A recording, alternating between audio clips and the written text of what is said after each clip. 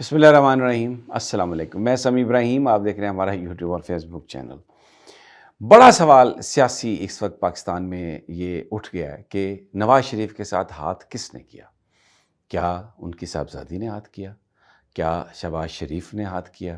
یا چچا بھتیجی نے مل کر میاں نواز شریف کے ساتھ ہاتھ کیا؟ کیونکہ اگر آپ اخبارات دیکھیں الیکشن سے 3 دن پہلے تو اس میں وزیر اعظم نواز شریف بھرپور اشتہارات بھرے ہوئے تھے، اور وزیر نواز شریف صاحب نے بھی کہا گفتگو کرتے ہوئے کہ یار مخلوط حکومت کا نام نہ لو یار، بس ایک ہی حکومت چاہیے، سالڈ گورنمنٹ چاہیے، اور ایک ہی پارٹی کے پاس اکثریت ہونی چاہیے اور وہ حکومت کریں۔ لیکن اس کے بعد یکا کیا ہوا کہ الیکشنز ہوئے اور جو نشستیں نہیں ملیں، اور پھر اب شہباز شریف صاحب وزارت عظمیٰ کے امیدوار اور مریم نواز صاحبہ وزارت اعلیٰ پنجاب کی امیدوار۔ تو یہ سب کیا ہوا، اس پر اپنے اس ویلاگ میں بات کریں گے۔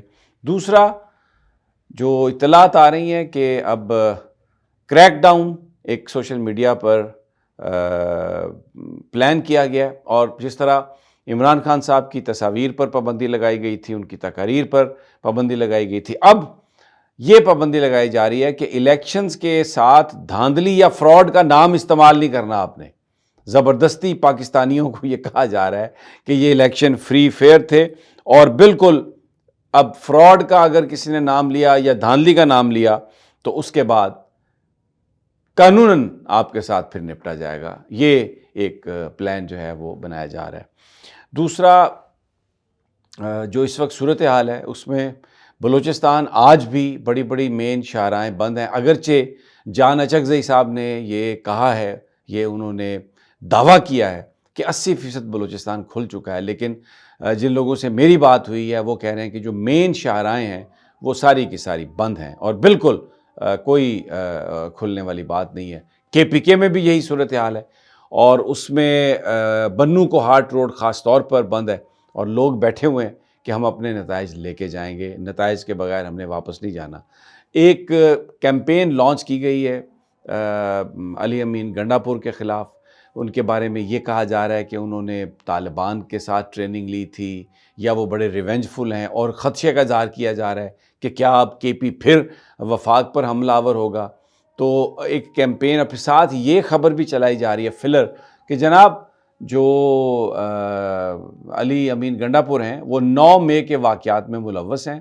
تو پولیس نے، پنجاب پولیس نے اب یہ فیصلہ کیا ہے کہ جو 9 مئی میں جو ملوث قائدین جو پہلے فرار ہوئے تھے، پہلے جن کو نہیں پکڑا جا سکا تھا، اب ان کو پکڑا جائے گا۔ اس میں علی امین گنڈا پور کا نام ہے، میاں اسلم اقبال کا نام ہے، اور لاہور سے میاں اور 2-4 اور لوگ ہیں، لیکن یہ ان کو کہا جا رہا ہے کہ 9 مئی کے مقدمات میں یہ ملوث تھے، تو اس لیے اب ان کو گرفتار کیا جائے گا۔ لیکن جناب پھر جب یہ چلی خبر تو اس پہ بڑا ریاکشن آیا۔ علی امین گنڈا پور کے والد صاحب کا انتقال ہو گیا تھا، تو وہ تو وہاں پر بیٹھے لوگوں سے پرسہ لے رہے ہیں، اور جو نگران وزیر اعلیٰ ہیں KP کے، وہ ان کے گھر گئے اور ان کے ساتھ تعزیت کر کے آئے۔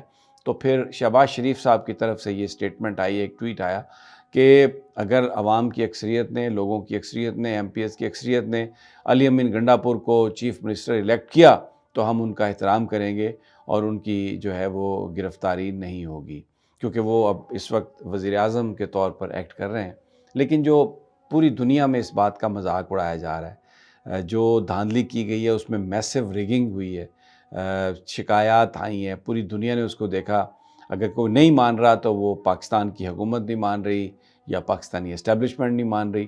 تو نیو یارک ٹائم نے اس حوالے سے بڑی انٹرسٹنگ ایک ہیڈ لائن لگائی ہے کہ new vines in old bottles, اور اس پہ وہ جو پریس کانفرنس کی شہباز شریف نے، آصف زرداری نے، چودھری شجاعت نے، وہ تصویر لگائی ہے، اور اس کے اوپر پوری ایک ہسٹری بیان کی ہے کہ یہ ماضی کے جو کریکٹر ہیں ان کو کس طریقے سے لا کے اب بنایا گیا ہے، سامنے دوبارہ کھڑا کیا گیا، اور یہ وہی پرانی شراب اور نئی بوتل۔ سو ویری انٹرسٹنگ جو وہ معاملات ہیں۔ دوسرا میں آپ کے ساتھ شیئر کرتا ہوں کہ اب الیکشن کمیشن میں کیا ہو رہا ہے، الیکشن کمیشن کس طرح دھاندلی کر رہا ہے۔ پہلے تو یہ ہوا کہ ROs نے فارم 47 غلط جاری کر دیے، اور جو ہارے ہوئے امیدوار تھے ان کو جتوا دیا گیا، جو جیتے ہوئے تھے ان کو ہروا دیا گیا۔ لیکن کیونکہ جو جیتنے والے انڈیپینڈنٹ جو پی ٹی آئی کے لوگ تھے ان کے پاس ہر پولنگ اسٹیشن کے فارم تھے، فارم 45۔ تو اب کیا کیا گیا کہ وہ جو بیگز تھے ووٹس کے، ان بیگز کی سیلوں کو توڑا گیا، اور اس میں آپ نے جو ووٹ پی ٹی آئی کا تھا، جو مہر لگی ہوئی تھی نا، اس کے سامنے دوسری مہر لگا دی۔ اب جب دو مہریں لگی ہوں گی نا ایک نشان پر، تو ووٹ آپ کا کینسل ہو جائے گا۔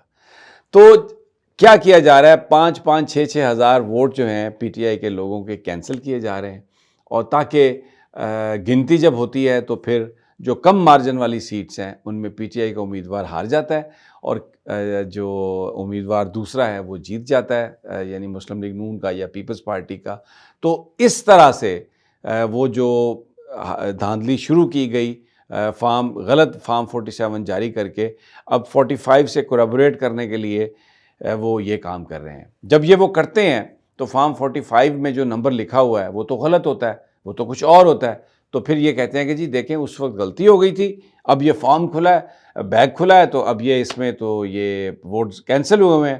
تو کینسل شدہ ووٹس اب بڑھ رہے ہیں اور پی ٹی آئی کے امیدواروں کو ہرایا جا رہا ہے۔ یہ واردات الیکشن کمیشن میں ہو رہی ہے، اور کوئی اس کو پوچھنے والا نہیں ہے کسی طریقے سے بھی۔ لمبی لمبی تاریخیں دے رہی ہیں، مثلا ریحانہ ڈار صاحبہ جو سیالکوٹ کے حلقے سے آئیں خواجہ آصف کے خلاف، ان کا جو معاملہ تھا اس کی ریٹرننگ آفیسر ہی نہیں آئے، اور ان کی جو تاریخ ہے وہ 22 فروری کو کر دیا گیا۔ تو لمبی تاریخیں، ٹریبیونلز کے لیے کیسز بھیجے جائیں گے اور اس میں ٹائم لیا جائے گا۔ ان دا مین ٹائم گورنمنٹ جو ہے وہ فارم ہو جائے گی، ریزرو سیٹس جو ہیں وہ مل جائیں گی، مسلم لیگ نون کو، پی ٹی آئی کو نہیں دی جائیں گی۔ مجلس وحدت المسلمین کے ساتھ جو پی ٹی آئی نے اتحاد کیا اس پر جو کیونکہ انہوں نے کوئی ووٹنگ لسٹ نہیں جمع کرائی، اور جو نئے قوانین بنا لیے تھے الیکشن ایکٹ میں، اس کے تحت کچھ کمپلیکیشنز ہو سکتی ہیں، ہو سکتا ہے معاملہ عدالتوں میں جائے، اور عدالتیں کیا کریں گی وہ آپ کو سب پتہ ہے۔ لیکن پریشر اتنا زیادہ ہے اس وقت۔ جماعت اسلامی نے پی ٹی آئی کے ساتھ ایگریمنٹ کیا، لیکن اب یہ خبریں آ رہی ہیں ان کی طرف سے کہ جی ہم نے تو اتحاد کیا تھا پی ٹی آئی کے ساتھ، بات کی تھی ملک گیر اس کی اتحاد کی، لیکن پی ٹی آئی نے صرف کے پی کے میں ہمارے ساتھ اتحاد کیا، اس لیے ہمیں یہ اتحاد قابل قبول نہیں ہے۔ ملک گیر اتحاد نہیں ہوا تو اس لیے ہم پی ٹی آئی کے اتحادی نہیں ہیں۔ تو اب صرف MWM یعنی متحدہ جو وحدت المسلمین ہے وہ ان کے ساتھ پی ٹی آئی کے ساتھ شریک ہے۔ تو کس نے دباؤ ڈالا جماعت اسلامی پر؟ اور ساتھ ہی ان کو کراچی میں جیسے ہی انہوں نے یہ اعلان کیا ہے کہ ہم پی ٹی آئی کے ساتھ شریک نہیں ہیں، کراچی میں ایک اور نشست انہیں گنتی میں جتوا دی گئی ہے۔ تو کون سا انویزیبل ہاتھ ہے جو دباؤ ابھی بھی دبا رہا ہے اور ابھی بھی فیور کر رہا ہے؟ تو یہ ہے۔ اچھا، اب جو پہلی ہماری سٹوری تھی میں اس پر آتا ہوں۔ ہاتھ کس نے کیا نواز شریف صاحب کے ساتھ؟ دیکھیں، پوری نون لیگ ان کو وزیر اعظم بنانا چاہتی تھی، اسی لیے وہ آئے تھے۔ اور اب جو اطلاعات آ رہی ہیں کہ مریم نواز صاحبہ نے نواز شریف صاحب کو قائل کیا کہ آپ بالکل مخلوط حکومت جو ہے یا منارٹی حکومت ہے، اس میں آپ کی سیاست کو پرابلم آئے گی، تو انہوں نے اپنے آپ کو وزارت اعلیٰ کے لیے کمپرومائز اپنے والد صاحب کو کرنے پر مجبور کر دیا، جبکہ میرے پاس یہ اور شہباز شریف صاحب نے اس کو اوکے کیا۔ تو بنیادی طور پر جو نواز شریف صاحب کے ساتھ چوتھی دفعہ ان کی وزارت عظمیٰ جو اگر نہیں بنی تو وہ ان کی صاحبزادی کی وجہ سے نہیں بنی، کیونکہ وہ پنجاب کی وزیر اعلیٰ بننا چاہ رہی تھیں، اور ان کے جو چچا تھے شہباز شریف وہ وزیر اعظم بننا چاہ رہے تھے۔ تو یہ جو ایکچولی وہ کہتے ہیں نا اس گھر کو آگ لگی گھر کے چراغ سے، تو مریم نواز صاحبہ اور شہباز شریف انہوں نے جو آپس میں گٹھ جوڑ کیا، اور ان کے آپس میں عہدوں کی جو بندر بانٹ تھی اس کی وجہ سے نواز شریف صاحب جو ہیں اب وہ وزارت عظمیٰ سے رہ گئے ہیں۔ تو مریم نواز صاحبہ نے ابھی یہ کہا ہے کہ وہ سیاست میں حصہ لیں گے اور ہماری سرپرستی کریں گے، لیکن در حقیقت وزیر اعلیٰ پنجاب بننے کی خواہش مریم نواز کی اور شہباز شریف کی وزیر اعظم بننے کی خواہش نے نواز شریف کا یہ خواب چوتھی دفعہ وزیر اعظم بننے کا پورا نہیں ہونے دیا۔ اجازت دیجیے اگلی ویڈیو تک، اللہ نگہبان۔